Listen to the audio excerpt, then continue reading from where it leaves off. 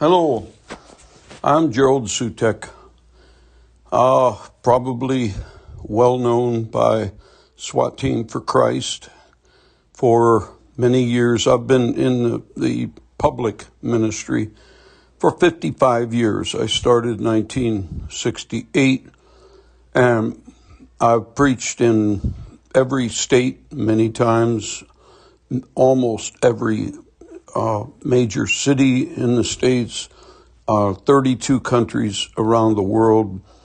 And I'm currently in Philippines and have a church and a Bible Institute and still do a lot of public ministry. I'm 78 years old. If that matters, it matters to me. Okay, what is the purpose of street preaching? Well, obviously, it is to get the message of the plan of salvation, the gospel of God, to the people that won't come to church. If they came to church, well, we probably wouldn't need to do public ministry, but we are looking at a whole bunch of people that this is just not the day and time when they are flocking to church, especially a Bible-believing, gospel-preaching, mention of judgment, hell, sin, that kind of church. They won't come, so you go to them. And every preacher in the Bible was a street preacher, and there isn't one example of anybody that did anything for God, preaching-wise, that didn't preach on the street. So the example is there, and the purpose is simply to get the gospel and the message of the Lord to the people that won't come to church. You ask, what is the main message of street preaching? Well, quickly you think of the gospel, of course, the fact that that God loved you, He died for your sin, was buried, rose again the third day. He'll save you if you call upon Him, all the things that any regular soul winner or minister would present as a message of God. Don't go to hell. We on this video, I think I mentioned don't go to hell, please don't go to hell. And I mentioned that the Muslims and the Catholics, they think they're the only way. Well, Jesus said He was the way, and we believe that. But they believe that, you can't get to heaven without going through the church and the Mass and that kind of thing. Well, if that's true, then why aren't they out there? If the Muslim religion is true and Muhammad has some sort of part in keeping us out of hell, then they should care enough to go and tell us that aren't part of that the truth about we're making a terrible, terrible, maybe eternal mistake.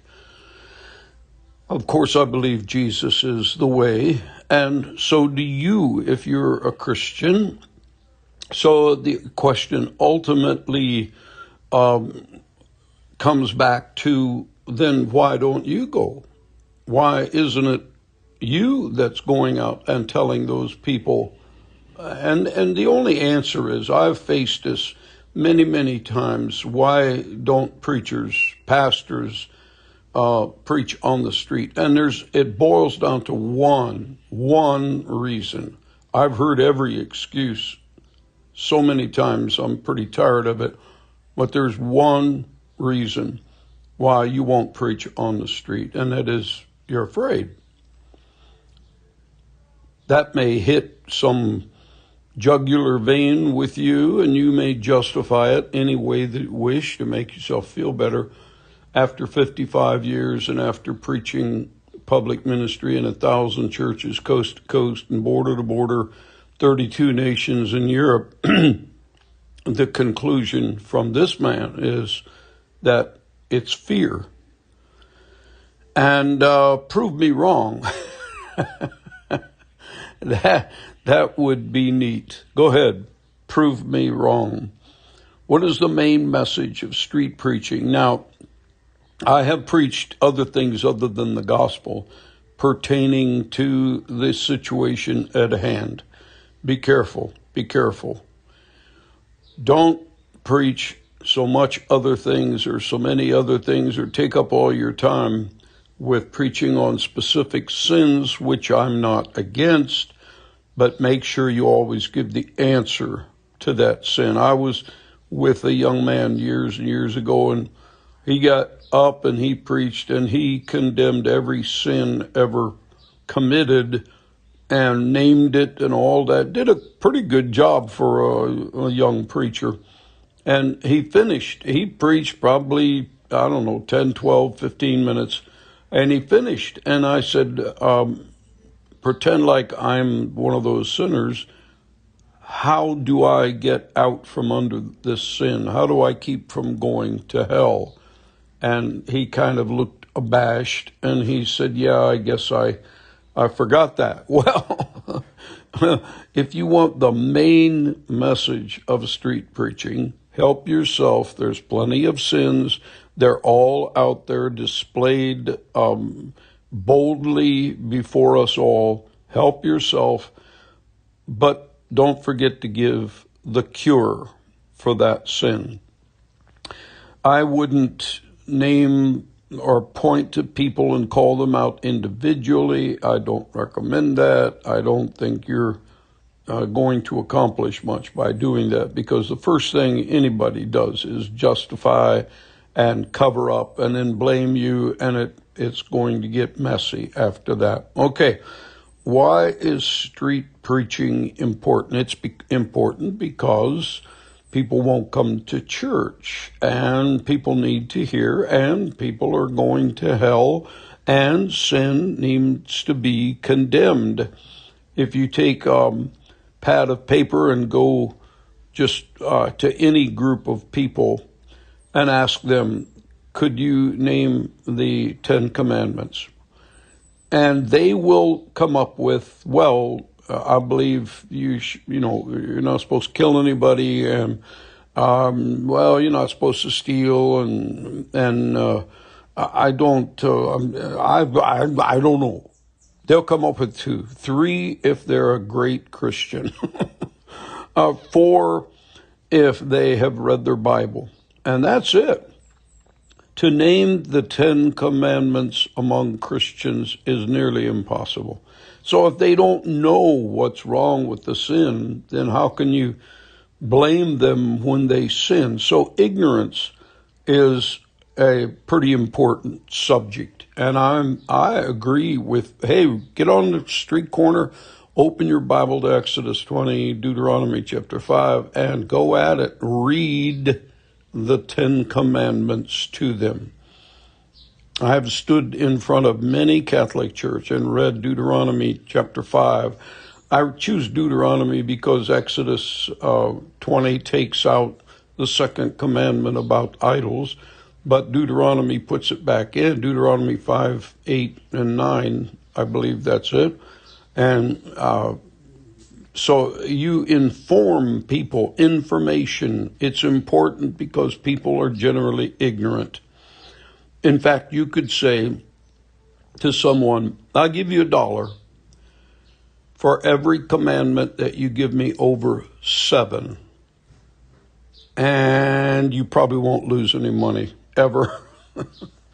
And so why is street preaching important? Because people are ignorant, Christians are ignorant, and they really think, generally it's been shoved down all of our throats for so long.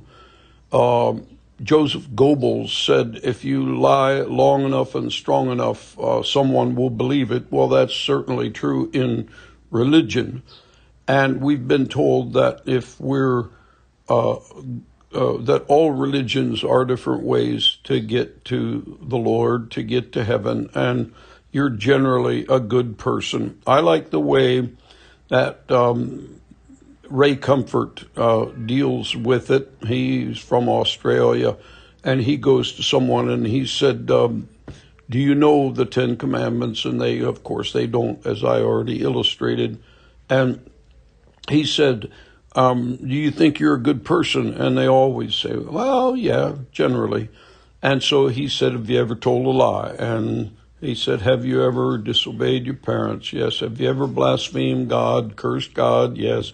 Have you ever looked upon the opposite sex with lust? And he goes down the list there, and he gets about 6 of them that pertain. And he said, so you believe you're a good person, but you are a lying, cheating, fornicating, covetous, theft, stealer, with thief. And he goes down the list, and he said, do you think this makes a good person? And of course they're stuck at that point. There's a smile on their face, but they know in their heart they're condemned. And I like that kind of approach there.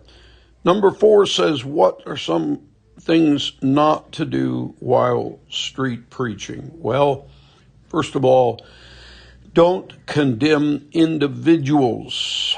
There could be sodomites right across the street. And by the way, don't use their terms. They're not homosexuals. That's an invention. You're almost complimenting them when you call them, what is it, LGBTQ, XYZ, whatever. When you say they're queer, that used to, in my early days, that was a terrible thing to be referred to as a queer. Not anymore. You're playing their game. They make the rules. They don't like to play the game of the Bible. So call them sodomites. God did. He never referred to them as homosexuals. That's almost a compliment. But let's suppose there's sodomites right across the street, or devil worshipers. I've had both. And they're holding up signs saying, the devil is great. 3 cheers for the devil. Wonderful, wonderful, wonderful. And don't look at them, point at them, describe them, and pick them out of the crowd and preach directly to them. Just preach sodomy from the Bible.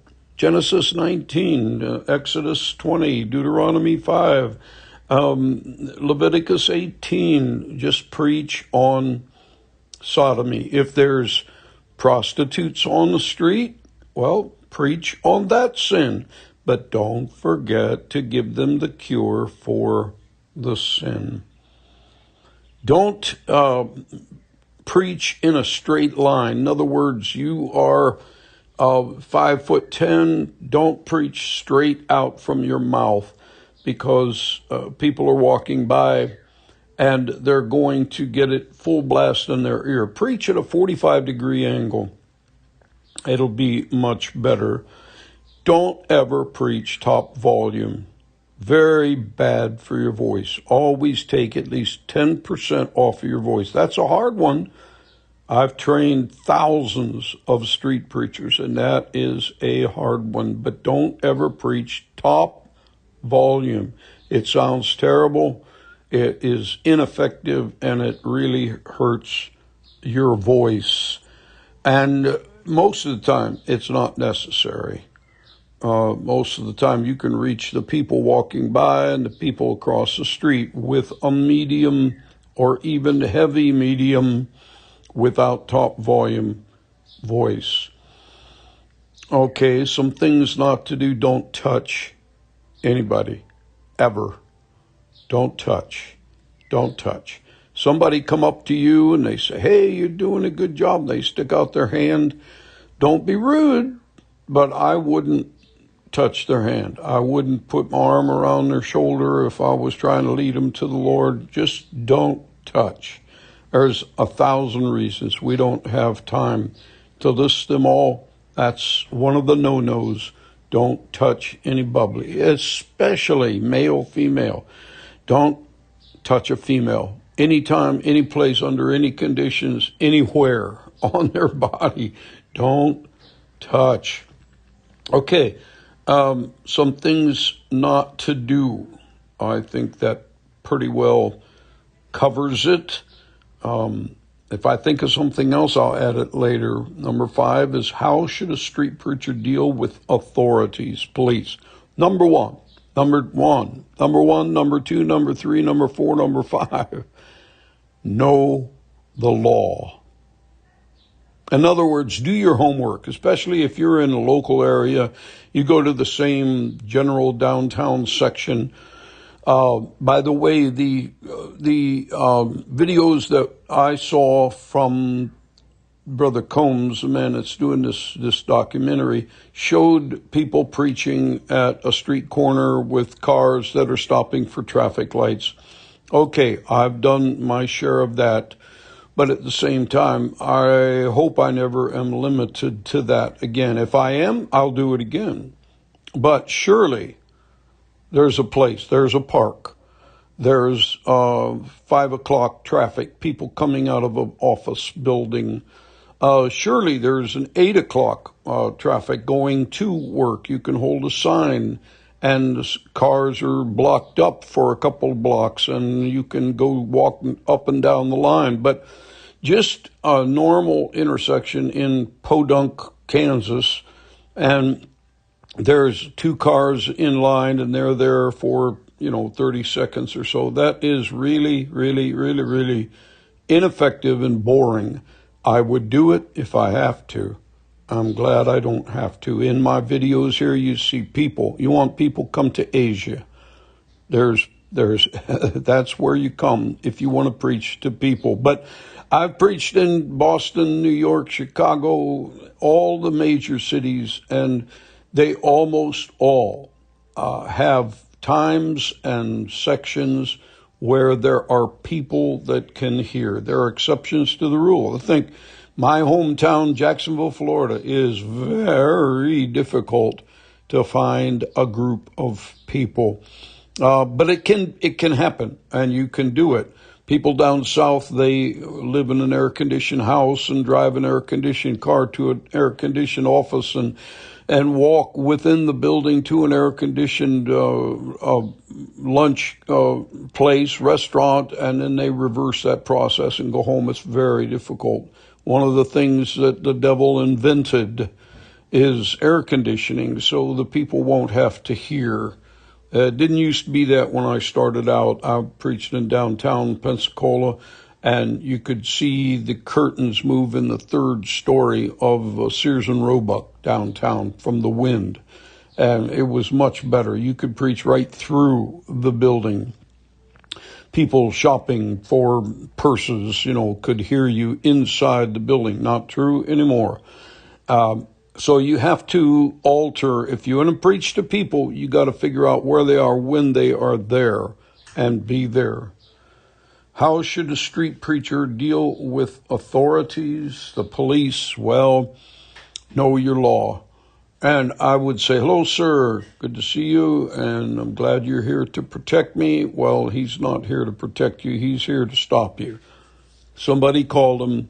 The business owners don't like you standing in front of their business. Years ago, I had a policeman, believe it or not, suggest that I walk up and down, make myself mobile so that I'm not aggravating all of the business owners. I can aggravate all of them, so that I don't aggravate one business owner, I can aggravate them all in one street meeting. I'm joking, but really move about and don't be stationary in front of one place. I've done both.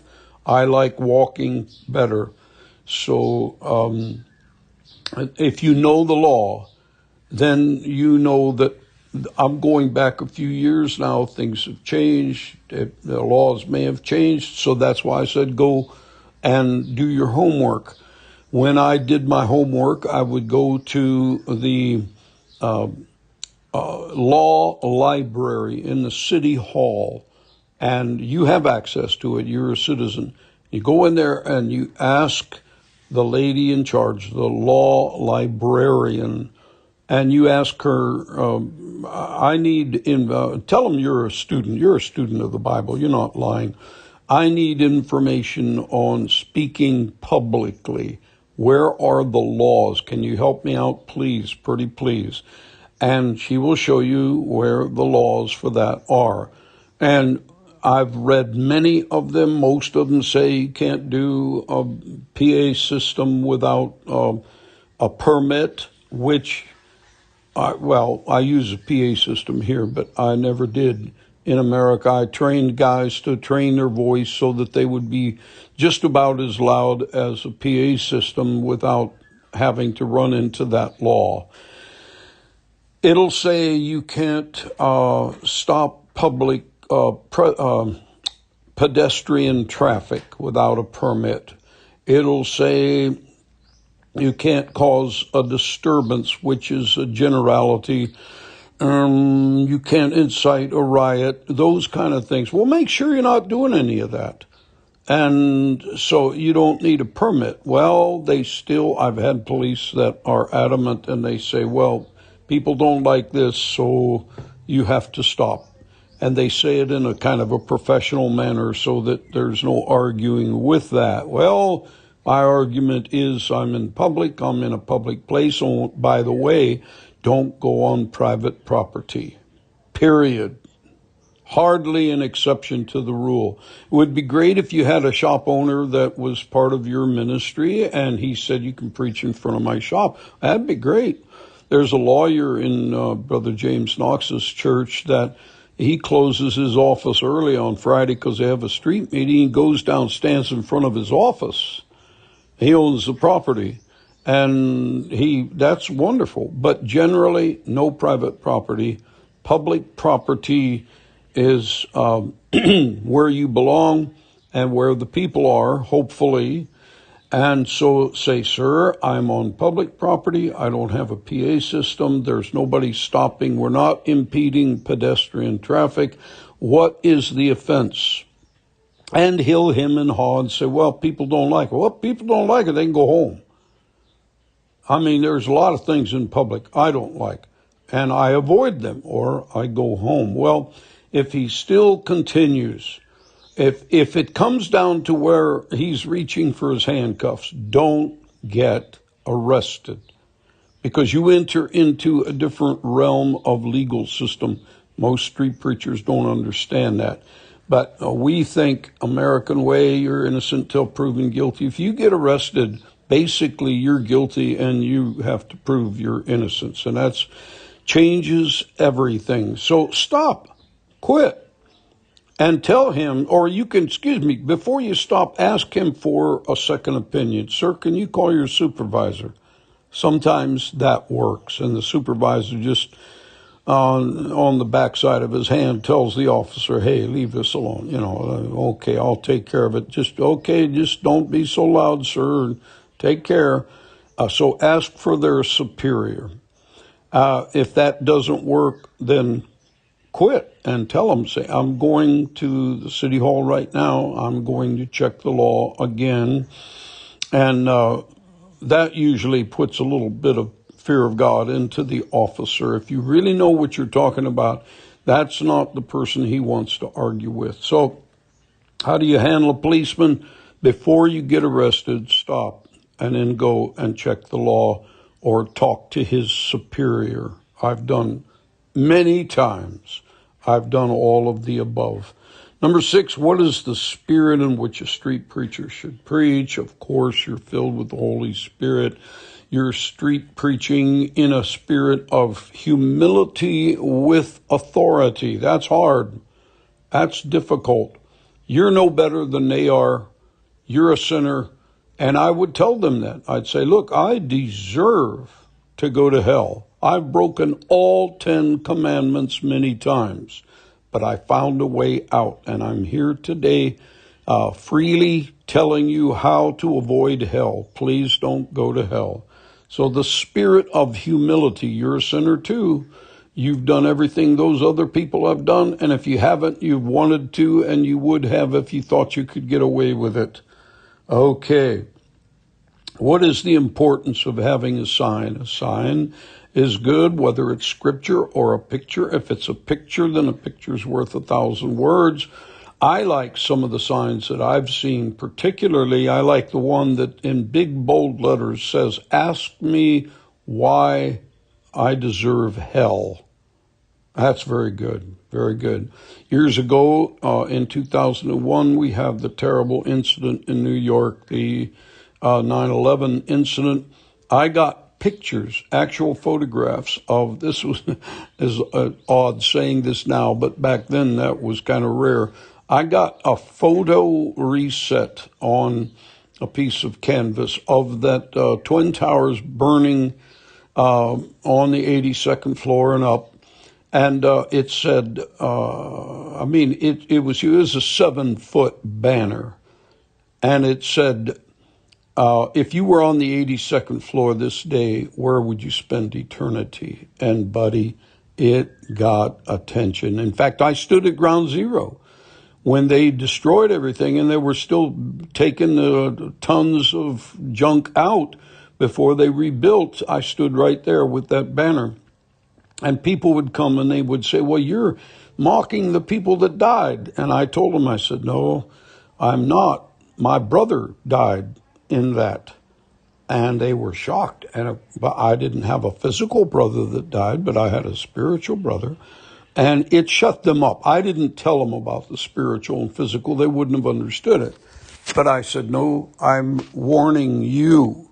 If you were on the 82nd floor, I said, I'm not dishonoring the people that died there. I don't know where they went, but you're going to go one day. You're going to make your decision, heaven or hell.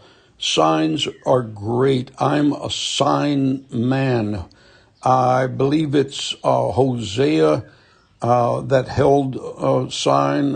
God commanded him to make a sign, billboard sign, mark it, and put that out there. So it's a biblical thing. Okay, then you say, how should a street preacher handle a heckler or a belligerent person? Well, I haven't had much experience in that. In 11 years in the Philippines, we never had a heckler. That's hard to believe with all of my memories of hecklers years past. Well, first of all, handle them with tender, loving care at first, at least, because you don't know what you're getting into here. You don't know if this is a setup for starting trouble and they'll bring the police who are right around the corner. You don't know if this is demon possessed, and there are much more of that now today than there ever was when I was on the streets of America. You don't know exactly what you're getting into. So I would let them blow off steam, hope they went away. I would, of course, a person like that is bold enough to interrupt your preaching and make a big scene is not going to humble themselves and talk to you. They're not in their right mind, whether it's demons or just they're angry and it takes over their mind. So I would be very cautious dealing with hecklers. I would maybe change my message to something that would be rather neutral or even positive. Hey, greatest thing in the world to know is to know for sure when you die, you're going to heaven. Do you know? Do you know? Do you know? Do you know? One of my messages on the street. And hope that the person either calms down or gets tired or goes away. If they persist, I would confront them. And I would say, look, why don't you, there's another street corner 2 blocks away. Why don't you go down there? I'm here. I have a right to be here. I appreciate the fact that you can make your own decision, but, you're trying to reason with them, and usually 99% won't work. So, okay, since there's another street corner 2 blocks away, and it may not be as good as the one you're on, but go there. Or just quit, especially if you've been at it for, say, 30, 40 minutes, an hour. Well, just quit and go home that day. And, it's hard. You don't want to lose, and I know all the feelings there. But some days that happens, and you're better off, man. If you get in a fight on the street, I don't care if you win, lose, or draw, you've just lost your testimony. There is no way to win in that. And all right, how should a street preacher handle a heckler or a belligerent person? Try to ignore them. If there's other preachers with you, you can back off and have a special prayer meeting. Sometimes it works, sometimes it don't. I've seen it both ways.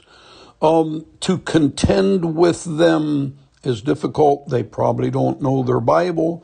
You quoting Bible verses just exacerbates and aggravates the situation usually. Do what I suggested at first. And the Bible, my dad used to say, agree with thine adversary quickly. And Jesus did this to a point with the Pharisees.